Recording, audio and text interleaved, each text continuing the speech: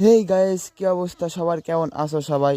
It's your brother Olidis here. Welcome to another video. Keep supporting to me and subscribe to join in my family. Let's start our today's videos.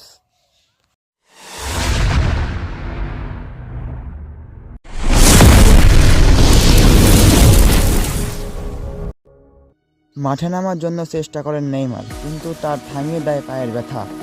এর আগের ম্যাচে পায়ে ব্যথা পান Neymar junior, তাই নেইমারকে শুরুর একাদশে রাখেননি সান্তোস কোচ।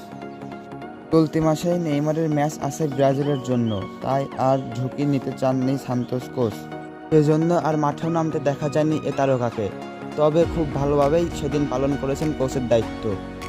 তার ফাঁকে ফাঁকে সতীর্থদের ডেকে দিচ্ছিলেন নানা পরামর্শ। নেইমার কোচের ভূমিকাও থেকেও তেমন কোনো সুবিধা করতে পারেননি। অবশেষে 2-1 গোলে হার মানতে হয় নেইমারদের। এর ফলে সেমিফাইনাল থেকে ছিটকে যায় সান্তোস।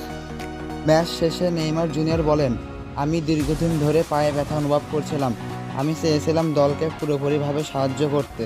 আমার পায়ের ব্যথাটা অত গুরুতর নয়। আশা করি অল্প দিনের ভিতরে আমি আবার মাঠে ফিরে আসব। তিনি আরও বলেন, সামনে ব্রাজিলের ম্যাচ থাকার কারণে আমি এ নিয়ে ঝুঁকি নিতে চাইনি। তো গাইস, নেইমারের এই সিদ্ধান্ত আপনার কাছে কেমন লেগেছে অবশ্যই কমেন্ট বক্সে জানাতে ভুলবেন না। নেইমার কি পারবে ইনজুরি কাটিয়ে আবার ব্রাজিল শিবিরে ফেরত আসতে, নাকি ইনজুরি শেষ করে দেবে নেইমারের ক্যারিয়ার? নেইমার ফিরে আসলে কতটা ভয়ঙ্কর হবে ব্রাজিলের একাদশ?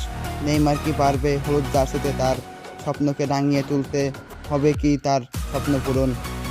তো গাইস, আজকের ভিডিওটি এ পর্যন্তই। ভিডিওটি ভালো লাগলে অবশ্যই লাইক, কমেন্ট, শেয়ার, সাবস্ক্রাইব করে আমার পাশে থাকবেন এবং খেলাধুলা সম্পর্কিত সকল আপডেট পেতে অবশ্যই আমার ইউটিউব চ্যানেলটিকে সাবস্ক্রাইব করে রাখবেন।